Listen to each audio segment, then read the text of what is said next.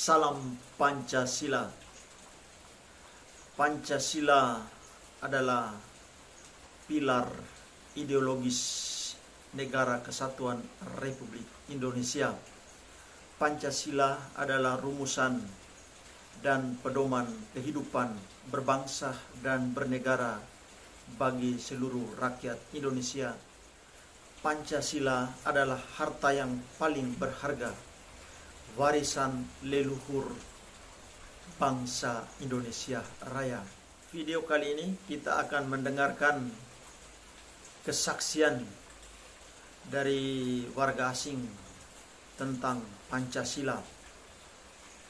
Warga asing ini mengagumi keluhuran Pancasila dan juga nilai-nilai yang terkandung, nilai-nilai kehidupan yang terkandung di dalam Pancasila itu sendiri. Apa yang dikatakan oleh orang asing ini sebagai suatu bentuk pembelajaran dan sekaligus refleksi bagi kita sebagai anak bangsa. Kita diajak untuk lebih menghargai, menghidupi, menjiwai, dan menjunjung tinggi Pancasila sebagai dasar Negara Kesatuan Republik Indonesia yang kita cintai bersama ini. Salam Pancasila. Luar biasa ya, hari ini hari Pancasila. Saya mau share sedikit tentang Pancasila, bagaimana Pancasila itu luar biasa. Dari sisi pemilihan kata, dari sisi nilainya tentu saja, tapi juga dari sisi penempatan sila-silanya. Ya, ini pandangan saya sendiri, interpretasi saya sendiri, karena dimulai dari dulu saya suka salah antara sila kedua sama sila keempat, suka tertukar gitu kan. Jadi saya kemudian mengingatkan diri sendiri dengan cara seperti ini. Ya, pertama, ketuhanan yang Maha Esa. Kenapa ini harus di awal? Karena memang Tuhan itu dasar dari segalanya, dasar dari moralitas, dasar juga dari tujuan hidup. Apa arti hidup ini kalau tidak ada Tuhan, seperti itu. Nah, kemudian yang saya suka juga adalah pemilihan kata Esa. Bisa diinterpretasikan oleh masing-masing kepercayaan dengan cara mereka sendiri-sendiri. Ya, jadi kalau dalam Islam, Esa betul-betul satu, jadi satu, ya, satu Tuhan. Kalau dalam Hindu dan Buddha, menyatu, Esa menyatu.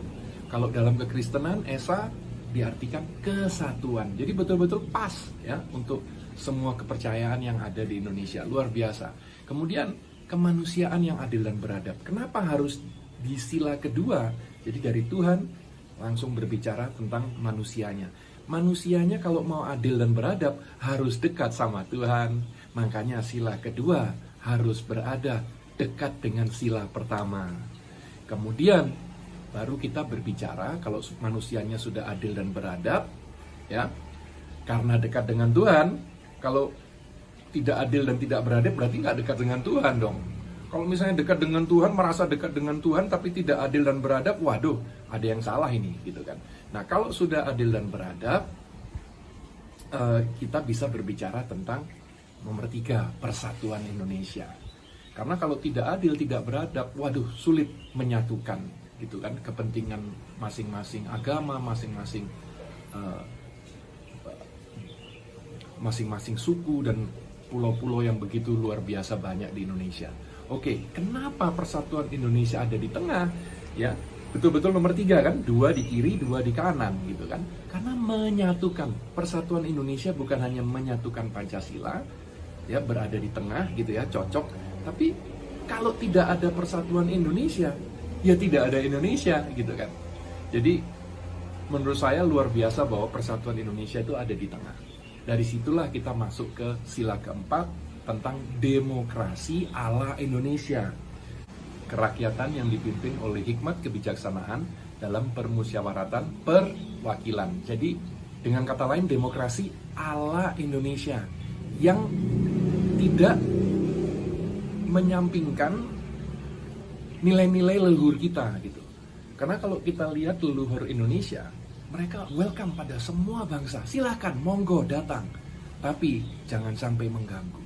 Jadi yang ada di Indonesia itu sebenarnya bukan WNI, WNA, bukan suku A, suku B, suku C, bukan agama A, B, C, D, bukan etnis ini, etnis itu, bukan. Hanya ada dua sebenarnya. Orang-orang yang membantu Indonesia membangun, atau orang-orang yang merusak Indonesia, mengganggu Indonesia. Hanya ada dua macam orang di Indonesia. Dari situ kita masuk ke sila kelima, keadilan sosial bagi seluruh rakyat Indonesia.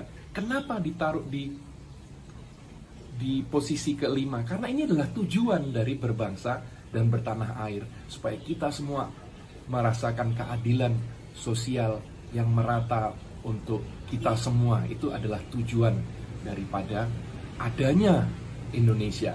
Jadi itu tadi pemahaman saya tentang Pancasila, luar biasa ya. Jadi mohon betul-betul dijaga Pancasila ini, karena yang membuat Indonesia begitu spesial adalah justru penyatuan dari begitu banyak bahasa, ya, suku dan agama. Itu yang membuat betul-betul Indonesia ini spesial. Kemajemukan Indonesia yang membuat Indonesia spesial, dan itu harus dijaga. Tidak akan datang dengan sendirinya. Jadi sama kalau di bola, tidak akan datang talenta-talenta yang luar biasa yang bisa diharapkan oleh timnas Indonesia. Tidak bisa.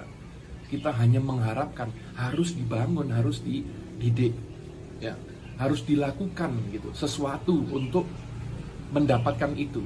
Jadi sama dengan teknologi. Kalau Elon Musk mengatakan teknologi itu tidak datang dengan sendirinya, harus dipush.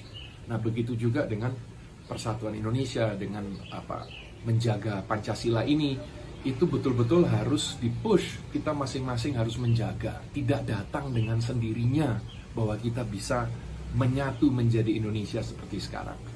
Butuh kita semua untuk menyatukan, untuk bersatu. Salam Pancasila.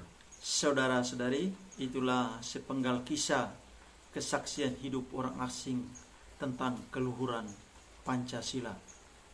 Bagaimana dengan kita? Seharusnya kita sebagai anak bangsa harus lebih menghargai, menghormati, menghidupi, menjiwai, dan menjunjung Pancasila itu sendiri.